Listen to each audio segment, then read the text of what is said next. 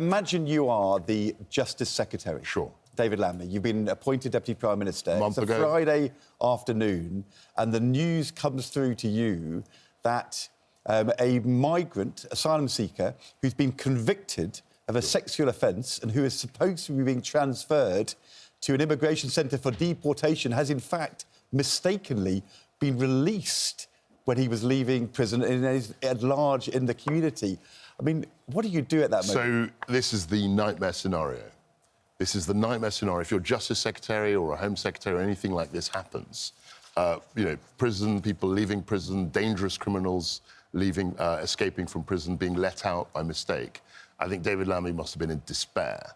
And quite rightly, he's saying, we've got to sort this out. And the proof of the pudding will be how quickly this gentleman is deported, because they've said that he'd be deported on Tuesday. I think they've over-egged it, because if he isn't, then there'll be questions to answer. I think they've created big expectations, but they have to ensure that he's deported within the next few days, because otherwise the story will drag on. It's one person, but is it symbolic of a system in crisis? It's not just one any old person. This is not just some random person. So this was a person who was at the centre of a national scandal or so. And, of course, the riots... Not the riots, I beg your pardon. The protests that took place persistently outside the Epping hotel that's been used to house people who are in need, also who've just come into the country.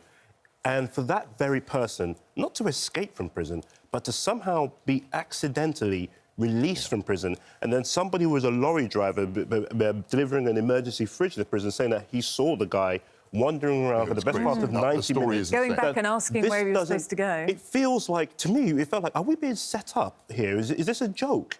How did this actually happen? And how often do people actually escape or get let out of prison by accident? But the story was even crazier, because the way he was identified was someone literally saw him with the grey trainers. This was all down to a member of the public. That's right. And they noticed his grey trainers or whatever. No, it's prison tracksuit bottoms. I thought it was the shoe. I read it was the shoes that they noticed, and they got in touch with. But weren't there people who are, I've been in prisons and seen the whole process of admission. And it's incredibly complicated, a whole series of procedures you have to go through when somebody arrives from the courts to be admitted into prison, to make sure lots of information is taken, health checks, all sorts of things. You would think, similarly, when somebody is being released from prison, you would at least find out what their name is and check that they are actually supposed to be released. I mean, you would think there would be some kind of process to make sure you're not just making a mistake. It's very surprising. I mean, it's shocking, because he was a particularly well-known person. Yep. I mean, given the incidents, given the protests, given what happened. And so to let this guy out without noticing or somehow as a blunder is a huge, huge error. And I think that, the minister, I'm assuming Lammy will have to be in the House of Commons answering questions today, and it will have to be him. I mean, generally, if you're Secretary of State, sometimes the junior minister is let out to answer questions in the House. But Lammy will have to answer those questions directly. Well, and it's a huge scandal. He's launched a full investigation. I mean, Nels, let's not forget, it also comes just after we had the fiasco with the one in, one out, and then back again, and... this one points to a system that is not working. Yeah, so I'll separate the two things. I'll look at this one. Well, two systems are not working. Both to one degree, the migration system, also in terms of and the asylum seeker system, and the security across the board, the security of the border across the channel, but also to the prison system, because I don't think you could escape from, say, airports once you've gone past airport security and just waltz back out again. I think that would be a lot more difficult than what this gentleman went through over here. But you're totally right, Charlotte, that in terms of our system of government right now, it does render so many questions about competence in terms of what they actually do on a day-to-day basis, that somebody can walk out of prison and be left free for a few days or so, and it takes a member of the public to recognise them. And this is one of the most high-profile prisoners in the nation. How do we know it's not happening with so many other people? So the confidence that I would have in the system also is absolutely shot, is shattered. Of course, in the House of Commons today, when David Lammy explains this, he'll be questioned by the shadow Justice Secretary Robert Jenrick. Yes. And Robert Jenrick will say, Mr Lammy, this is a terrible case, but in the last year, your government has decided to early release lots of people from prison, including people who have been convicted of offences and then getting out early. I mean, does this become a wider problem about the justice system? I think Robert Jenrick will be very focused on what's happened in the last year, obviously before Lammy became Secretary of State, but he will try and paint the whole government as responsible. And I think that's the right thing to do, because, as you said, you know, one of the first things they did was let out however many it was, I think 5,000 over a few months. So this is the sort of thing that I think Robert Jenrick is going to pick up. And although it's not true that it was all caused in the last year. I mean, no, but there was a prison crisis, and the government came up with a political response. It was their choice to let people out, and this particular incident, you know, everyone agrees is a complete outrage. Yeah. I mean, how can this happen? Clemency is a good thing. Clemency is a good thing. Giving people a second chance, and a second chance at life or so. But you can't just escape from prison. No, that's not clemency. That's not clemency. That's lunacy. We mustn't mistake the two of them. So, but clemency in terms of actually releasing people early, or so the 5,000 people, that isn't. But subject to the details, or so, and who was actually released, that's a good thing. But in terms of this over here, this policy failure, we need explanations, and we need them thick and fast, really quickly. Yeah. I mean, talking about explanations needed, it's what we're leading with, and it's also on the front page of a lot of the papers now. Billions lost to flawed hotel deals for migrants, and it seems that there's been a failure to recoup a share of excess profits, and the providers, the cost of the 10-year contracts has tripled from £4.5 billion to £15.3 billion. And this, you know, comes at a time when supposedly the amount of asylum hotels that are used is due to be cut down, is due to be phased out completely, and people will be looking at this figure and thinking, well, at a time when we know that public finances are really under pressure, we're going to see tax rises because of the black hole in the budget. We're also hearing about NHS needing rationing because it's short of funds. There's going to be a lot of unhappiness with that figure, isn't there? Yeah, look, so, I mean, I've seen this before, and it's very similar, actually, to the PPE scandal. So what happens is that there's a crisis, and everyone says, rightly, that the government should do something about it. And then they try and do something very quickly. And what happens is that these contracts get drawn up. Sometimes they're badly drawn up. Sometimes the ministers or even the officials don't know how much money, you know, is at stake, because they're done at speed. Because everyone says, you've got to do something. And then once you do the contract, further down the line, you see that there's a big problem. And I think that's what's happened, frankly, in this asylum case. And I'm not condoning it, but I can see how this has happened. But two other things are going on, though. One is that because the government stopped processing asylum claims, the numbers in the backlog went up and up. And then if you remember back under the last government, you had proposals from the Home Office back then to use disused airfields, to use disused army barracks. And because there was a backlash and you've got a crisis and you can't do that, then you find some empty hotels. That's the point. The immediate, sorry, forgive me, the immediate crisis led to these decisions being made. Yeah. And you know, to commandeer an army base and barracks, there was a lot of bureaucracy involved. They needed a quick solution.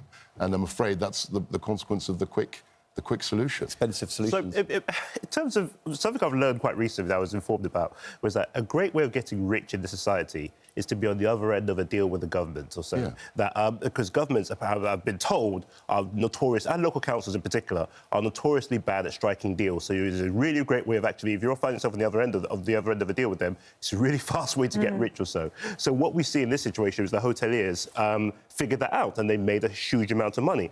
But at the exact same time too, we find ourselves with a very, very significant systemic problem, both a political one and a people problem.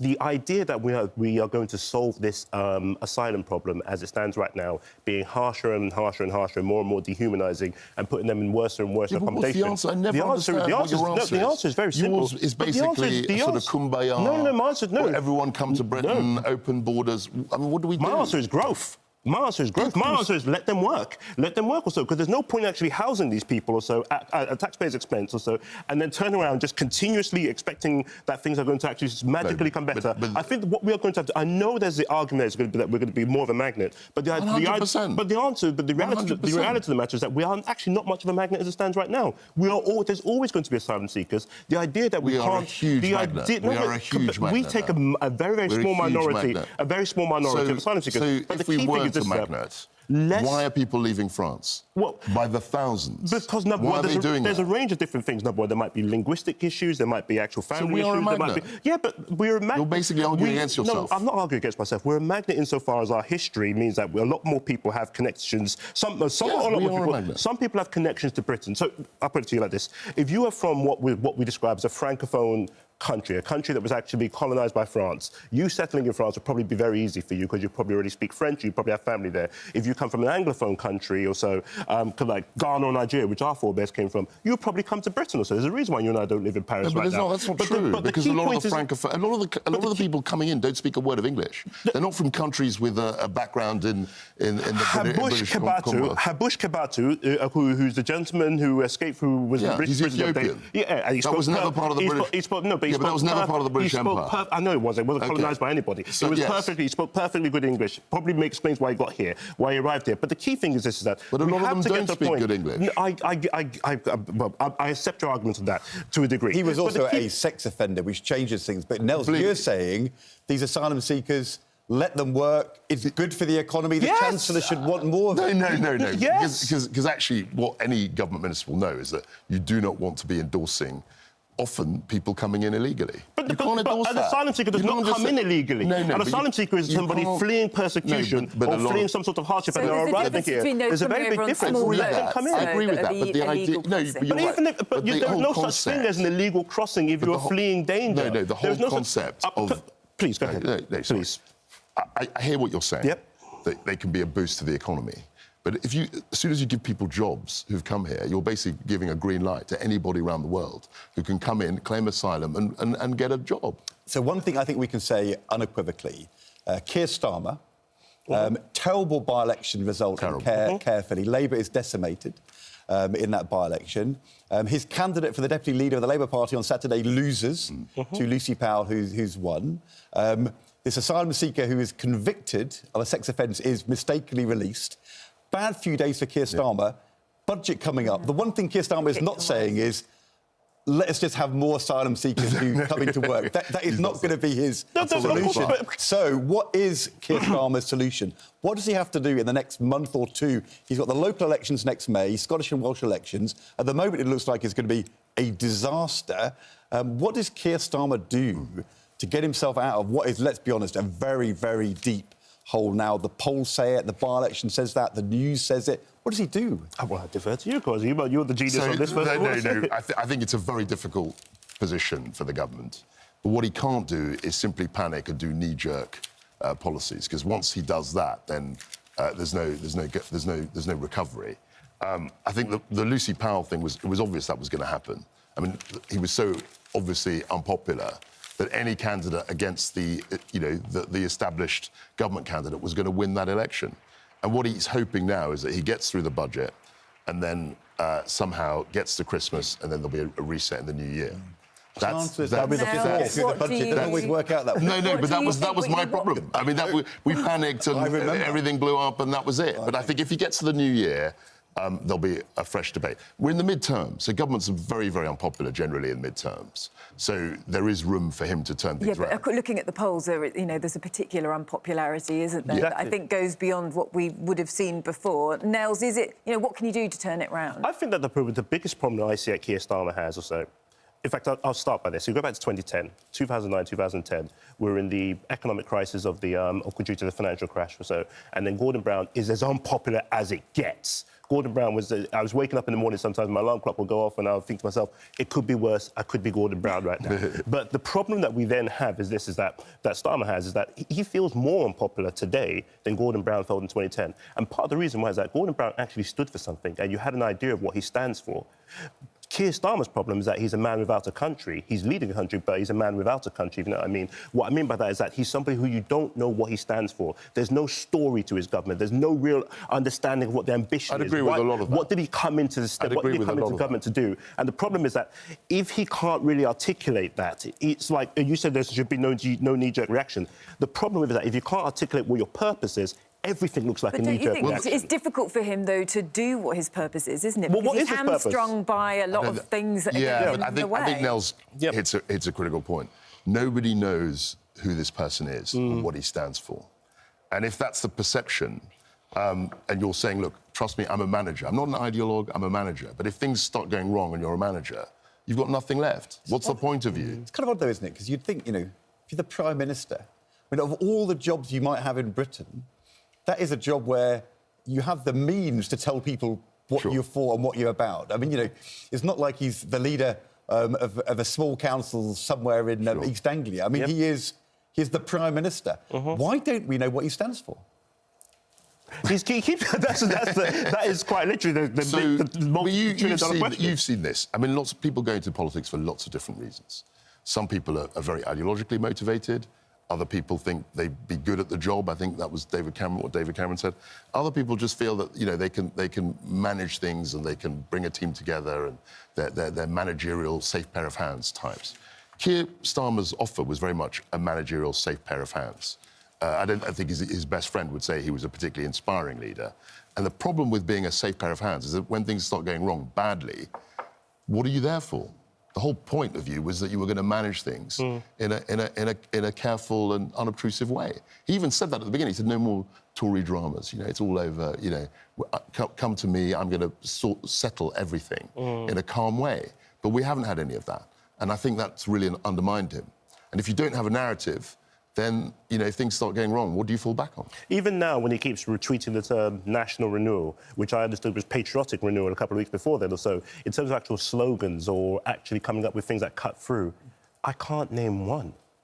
I can't name one where Blair, education, education, education. Yeah, they had their slogans. Yeah, I agree. It's not just. And I guess some people say sloganeering is not really a good thing, but you have to have that story, that element that makes people connect with you and makes people think that, OK, we're going through bad times right now, but on the other end of bad times is this. Yeah, look, I mean, here's the light at the other end of the tunnel. No one really knows what that light looks like. I personally always got on with Keir in the House of Commons. And when in the Brexit, I was the Undersecretary in Brexit, and he was the shadow Brexit Secretary. And he was always someone, you know, you could reason with, and I always thought he was fair. And to see him in this position, I think for his friends, is very disappointing because you know, he's lost his way. I think there are open threats against him, and people are now questioning how long he's going to be in the job. OK. Well, shall we look at the situation with Prince Andrew, because it's something else that will have got lots of... You've got it handy as well. You know what I was going to do there, then. I was going to say, I think come back to him, I was going to say, who knows how long Keir Starmer will be Prime Minister, but there is life after being a Prime Minister. But before we do that, let's discuss Prince Andrew. Keep you waiting. So listen, so Prince Andrew here is on the front page of The Sun this morning. Two pads, Andy. Prince is demanding both Will's and Harry's ex-homes to quit lodge. The suggestion is that he has said to the King that he will go out of Royal Lodge, but he needs one house for himself and one house for Fergie. And it also comes at a time when the National Audit Office, the public spending watchdog, are poised to look into his financial arrangements that mean that he's able to live there with the rent set up that he has for one peppercorn. I mean, what do you think is going to happen with this one, Niles? I think that Prince Andrew's in a lot of trouble, truth be told, and I think that things are getting increasingly dark for him right now. With Virginia Griffith's book that came out last week, which had horrific revelations about a range of different things, or so, some of which he's implicated in, of course, the broader Jeffrey Epstein element to the background too. Of course, if you look at the association with Jeffrey Epstein, it's actually a little bit... He should be pleasantly surprised that it took so long to get to this point, because even if he wanted to get a job in, say, the City of London, a senior job, they wouldn't actually make him the approved person right now. That happened to the former head of Barclays. Yeah, just to say, he's obviously denied any of the allegations, but do you think he's in a position then to be calling any shots about his housing? I don't think he's got much leverage. I don't think he's got too many bargaining chips on his hands right now, other than the fact that he is indeed a prince. He is indeed still a member of the royal family. But also, he's there. He's got squatters' rights. I mean, that's the problem. If he refuses to leave, how are they going to get him out? But I mean, there's a strange thing happening, isn't there? The opposition, the Liberal Democrats, the Greens are saying Parliament should act, remove his titles, and the government is saying, well, you know, it's not really anything to do with us. This is a matter for the palace. It is absolutely a matter for the government and for Parliament. Who is a prince in our country, whether they are funded by the taxpayer to live their lives. And if Prince Andrew is in a weak position because of things which have happened, which we all know are terrible, whatever the extent of the allegations are, which he denies, I mean, isn't it for the government to sort this out? They can't allow this to go on. I think it'll drip, drip, drip. I mean, the other thing I wanted to say was, I don't know who his PR people are, but the headline saying I will leave if I get 2 houses is not the best headline. I mean, it basically plays the fact that he's entitled and out of touch. That's the problem with that. I think you're quite right about Parliament. I mean, Parliament, you know, for very, very many years, you know, parliamentary acts can pretty much do anything, stripping people's titles, changing the succession. We've done that before. Many centuries ago. So it was the Prime Minister who said that Edward VIII had to abdicate in the 30s. That's right. It was the Prime Minister who told the Queen that Princess Margaret couldn't marry a divorcee all of that unless she gave up her But even princess way title. before that, I mean, governments have done this. I mean, Parliament, you know, we did the Act of Succession that eliminated about 50 people because they were Catholic, so that, you know, the Hanoverian succession. So Parliament can do a lot in this area, and I'm surprised the government hasn't. Can we return to life after being Prime Minister? The news in the papers today, former Canadian Prime Minister Justin Trudeau is now dating, apparently, Katy Perry. There will be fireworks going on there. I mean, I should warn you, you can expect with excitement. lots of Katy Perry lyrics as a consequence of this. Justin Trudeau, why would Katy Perry why would she want to go out with Justin Trudeau? I would put to you that if you did a lineup of world leaders, past and present, that Justin Trudeau would be up there. Really? With Charlotte, the better looking but he's not. world leaders. I must ask you, Charlotte, we've got 2 former world leaders on our panel over here right now, so would they be up there is the question or so? Where do they rank? Would be the question. Very good question. You've met him, haven't you? I met him. We had the COP26 conference in Glasgow in 2021. Gosh. And he was there with different world leaders.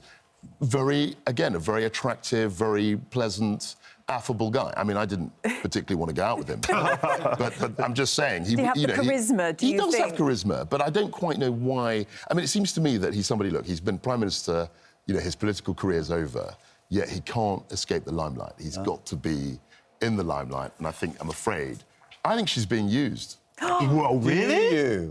I mean, it's harsh, but, you know, it keeps him in the papers. We're talking about him. We wouldn't be talking about him if he wasn't going out. Although she is trying to sell songs. They're true. Paris. She has a song called Bon Appetit. So it's a give and take. I mean, it works for both of them. Apparently they have lots of interesting conversations, so, you know... What most couples do. That puts the standard... But why have that photo? The bar in the gutter. Why have that photo? I mean, why have essentially a media-constructed photo in Paris or wherever it was? Why do that if you just wanted to, you know, enjoy your... Do you think there's a world leader you've met on the international stage who would be more suitable for Katy Perry? Donald Trump. No. That was a flippant. That was a flippant. Keir Starmer. Maybe that's what he needs. That's the story he needs, or so. He needs to get with Katy Perry or some lovely pop star or something else like that, or so. That would boost him. Well, apart from the fact he is actually married. His wife might not find it. Yeah, but you never know. Well, Sarkozy did that. I mean, Sarkozy basically got divorced and then married Carla Bruni within about 6 months. And now he's in prison. Of the election, and now he's in now he's in jail for it. So sitting round in Downing Street today, Keir Starmer says to his team, how do we turn this round? Give me some ideas. I need some radical ideas. You know, think outside the box. And someone will go, well, I he's got a very good Britain. So I mean, that's not appropriate. But, at least something's working. But it has happened. I mean, you know, you see these things happen sometimes. I don't know this will be that helpful to Keir Starmer. I'm not sure it will be, no. But it's interesting to know that Justin Trudeau is more of a heartthrob than I never know. And listen, we didn't even have time to get onto pumpkin recipes, but lots of people getting in touch with the pumpkin recipes they love. Ron says pork and pumpkin sausages, apparently, and pumpkin with cinnamon, pumpkin cupcakes with cream cheese topping are delicious, says Angela. So there you are. There are some nice pumpkin recipes. What's happened to all the negative ones? I don't know. They seem to have disappeared. What's gone on?